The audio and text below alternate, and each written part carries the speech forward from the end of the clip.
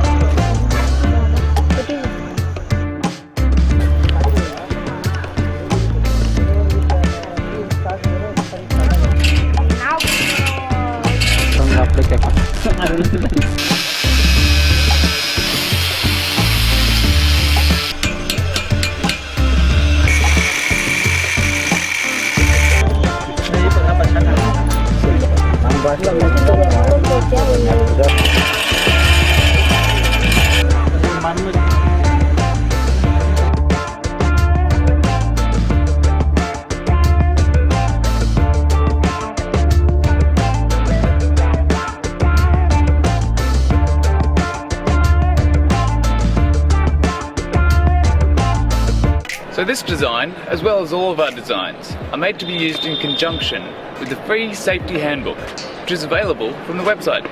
It's just down there.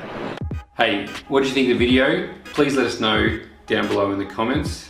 And please don't forget to like and subscribe so you can see more of what Patrick's doing in India. You can go and visit playgroundideas.org, which has 150 designs and all the resources that you need to build an awesome playground. And lastly, we've got a ton more videos to watch, so check them out here.